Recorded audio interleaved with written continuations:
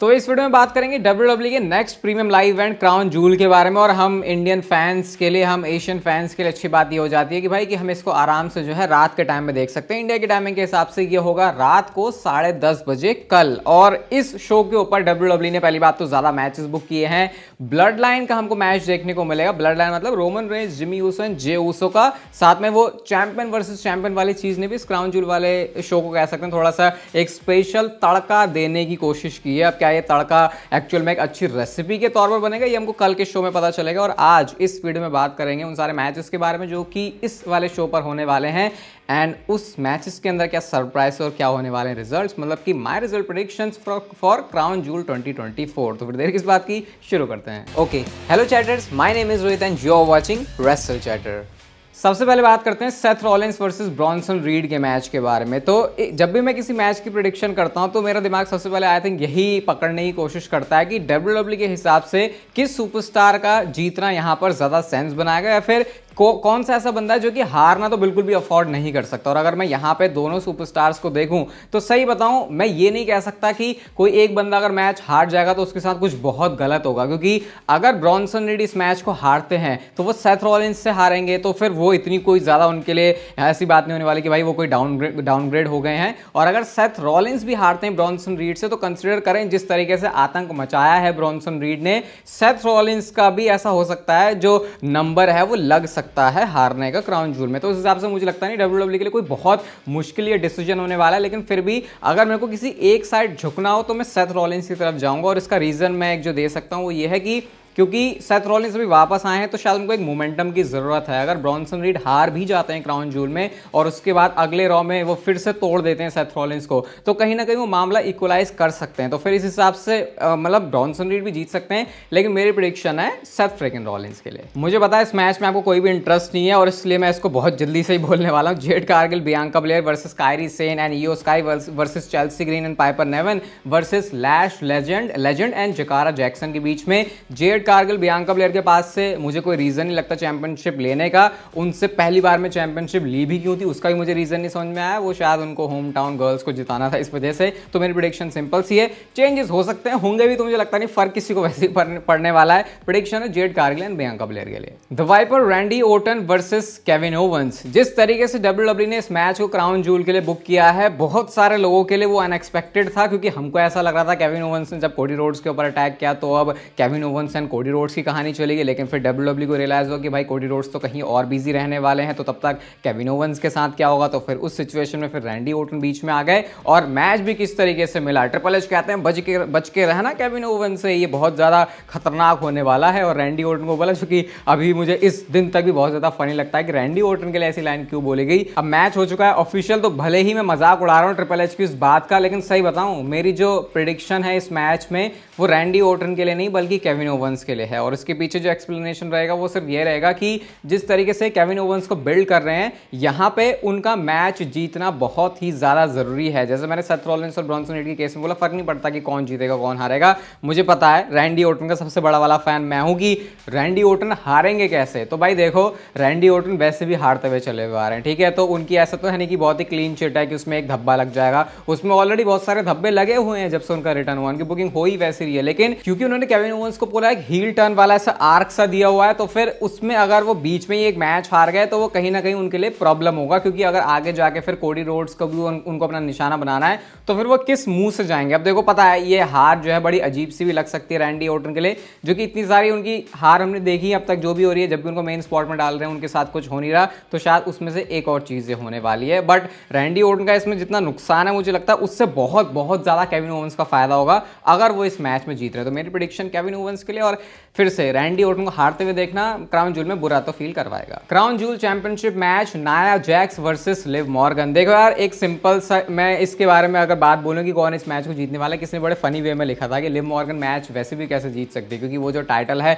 वो खुद Liv Morgan से ज्यादा बड़ा है, तो वैसे कोई रीजन नहीं है। लेकिन सिंपल सी बात है यार, नाया जैक्स को वो थोड़ा डोमिनेंट चैंपियन दिखाते हैं, कभी भी लिव मॉर्गन को इस तरीके से नहीं दिखाते कि यार दमदार है, इसको कोई हरा नहीं सकता। रिया रिप्ली के भी सामने अगर आप देखोगे तो लिव मॉर्गन हमेशा भागती फिरती है। तो इस हिसाब से जब मैं दोनों चैंपियंस को सामने रखूं तो मुझे लगता है WWE थोड़ा ज्यादा क्रेडिबल इस हिसाब से नाया जैक्स को मानती है। मैं भी outside factors Raquel Rodriguez, Tiffany Stratton, इन सब की तो बात भी नहीं कर रहा। अगर सिर्फ इस मैच की और क्राउन जूल चैंपियनशिप जीतने की बात हो रही है तो मुझे लगता है वो नाया जैक्स के पास आने वाली है। बाकी टिफनी स्ट्रैटन का कैश इन भी शायद क्राउन जूल इवेंट में हो सकता है। इसके पीछे रीजन सिंपल सा, WWE को जो है थोड़ा सा एक्स्ट्रा प्रेशर रहता है कि उनको क्राउन जूल या सऊदी अरब के शोज में थोड़ी बड़ी बड़ी चीजें करनी है जो पेपर्स के ऊपर अच्छी दिखनी ही चाहिए, चाहे एक्चुअल में उसकी बहुत ज्यादा कुछ वैल्यू हो या फिर ना हो। तो आई थिंक वो जो टिफनी का कैश इन इतने टाइम से टीज कर रहे हैं वो एक चीज हो सकती है इस वाले शो पर। और नाया जैक्स और टिफनी अपने जो ट्रू कलर्स हैं, या इस तरीके से बोल सकते हैं कि टिफनी जो है अपनी औकात दिखा सकती है, अरे तू मेरे ऊपर क्या चढ़ रही थी इतने टाइम से, देख मेरे में भी क्या दम है। तो वो कैश इन वाली चीज भी हो सकती है। तो मतलब कैओटिक हो सकता है इस मैच में सीन। कुल मिला के बाद ये है US championship match L A Knight versus Andrade versus Carmelo Hayes. थोड़ा सा फनी मुझे यहाँ पे ये लगा कि अंद्रादे और कार्मेलो हेस की कहानी में एक चैंपियन को आना पड़ा है, तो वो थोड़ा सा ऐसा लग रहा है कि वो टाइटल की इतनी वैल्यू नहीं है कि उस टाइटल होल्डर को जाना पड़ रहा है किसी और की फ्यूड में घुसने के लिए। अब बोल सकते हैं भाई घुसे थोड़ी है, वो तो काफी ऑर्गेनिक था, लेकिन जो भी आप समझ रहे हो मैं क्या कहना चाह रहा हूँ। अब इस मैच के ऊपर आए तो देखो यार, मैं ऐसे तो बोल सकता हूँ कि एले नाइट ने चैंपियनशिप जीते हुए भी बहुत ज्यादा तो टाइम हुआ नहीं है, और अभी आजकल जो है लंबे टाइटल रेंज चल रहे हैं लोगों के, और एले नाइट तो वो बंदा जिसकी चैंपियनशिप जीतना बहुत टाइम से ड्यू था, तो अभी वो चैंपियनशिप जीते हैं, तो क्या उनका 500 दिन का, 400 दिन का, 300 दिन का ऐसे दिन का रेन नहीं होने वाला? तो इसके ऊपर फोकस किया जा सकता है। इस हिसाब से फिर मैं थोड़ा सा मुझे लग रहा है एले नाइट की तरफ ही झुका हूं। लेकिन मैं सही बताऊं, इस मैच में अगर टाइटल चेंज हो जाता है तो मैं बिल्कुल भी शॉक नहीं होऊंगा, क्योंकि मैं ऐसा नहीं समझता कि WWE के ऊपर कुछ ऐसा है कि उनको एले नाइट को चैंपियन रखना ही रखना है, सिर्फ उस एक चीज को हटा के कि भैया एले नाइट पहली बार चैंपियन बने तो शायद उनका रेन लंबा होना चाहिए। उसके अलावा मुझे लगता नहीं, बट फिर भी मैं स्टिल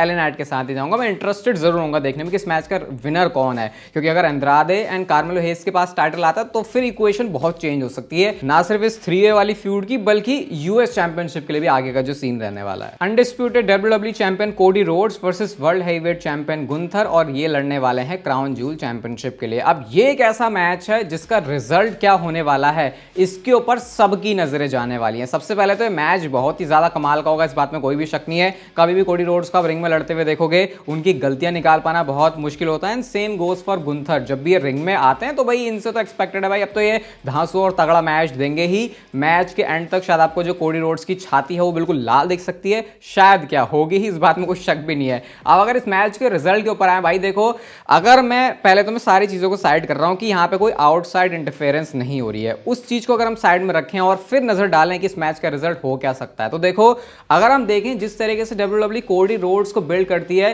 एज चैंपियन, तो वो ऐसा चैंपियन नहीं है कंपैरेटिवली गुंथर के कि जो सब कुछ all about his ring work और उसको रिंग के बाहर क्या चल रहा है उससे ज्यादा कुछ लेना देना नहीं है। गुंथर उस चीज में बहुत ज्यादा स्पेसिफिक है कि भैया मैं रिंग में हूं, मेरा मैच करना होता है, मुझे जीतना होता है। उस चीज में WWE ज्यादा थोड़ा सा एज है वो दे देती है गुंथर को। तो अगर मैं उस सिनेरियो को देखूं तो मेरा दिमाग तो फिर यही हिट कर रहा है कि भले ही कोडी रोड्स ने रोमन रेंस को हराया हो, उनके 1300 दिनों के रेन को तोड़ा हो, उसके बाद से उनके पास चैंपियनशिप है।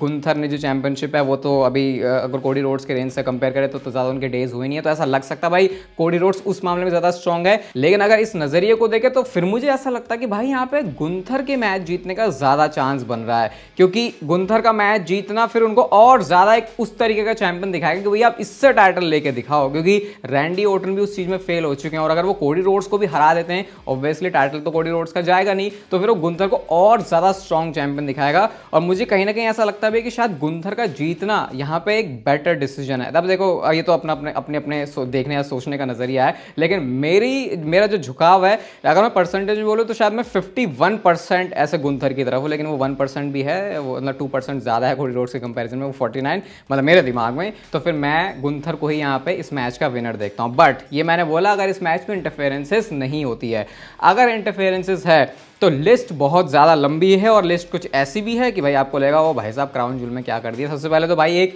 केविन ओवंस नेम हो सकता है जो इस मैच में चुल कर दे, और अगर उनकी जरा सी चुल होती है तो भाई वो गुंथर के लिए फिर इनफ रीजन है इस मैच को जीतने के लिए। तो मैं अभी जो मैं इससे पहले वो इंटेंस बैटल कर रहा था वो ये सोच के कि इंटरफेरेंसेस नहीं है। बाकी यहाँ पर ऑप्शंस बहुत सारे हैं, जैसे गोल्डबर्ग का नेम भी हमने सुना। अब उस पॉसिबिलिटी को शायद हम रूल आउट कर सकते हैं, क्योंकि कुछ जो रिलायबल डर्ट शीट्स है उन्होंने बोला है कि यार गोल्डबर्ग का तो कोई सीन होने नहीं वाला क्राउन जूल में, तो ऐसा करके भी कुछ सीन रह सकता है, बट नाम मुझे क्योंकि ऑब्वियसली प्रेडिक्शन वीडियो एक पिक करना है तो मैं जाऊंगा गुंथर के साथ में। Roman Reigns, Jimmy Uso, Jey Uso versus the blood line 6 man tag team match. बड़ा अजीब सा लगा ऐसा बोल के कि द ब्लड लाइन एक तरफ है और रोमन रेंज वाली जो टीम है वो एक तरफ है, क्योंकि अभी डब्ल्यूडब्ल्यूई इनको ब्लड लाइन के नाम से नहीं बुला रही है। देखो ये मैच डब्ल्यूडब्ल्यूई ने ऑफिशियल कर दिया है और ये मैच में एक जो सबसे अलग चीज हमको दिखेगी कि बहुत टाइम के बाद Jimmy, J and Roman Reigns एक साथ होंगे और एक साथ वो कॉर्नर पे खड़े होंगे, तो वो काफी आज से पुरानी वाली वाइब देगा जो हमको ब्लड लाइन के टाइम से आती थी। अब इस मैच के रिजल्ट के ऊपर आए तो भाई देखो एक बहुत सिंपल सी चीज है यहाँ पे कि डब्ल्यूडब्ल्यूई इस मैच में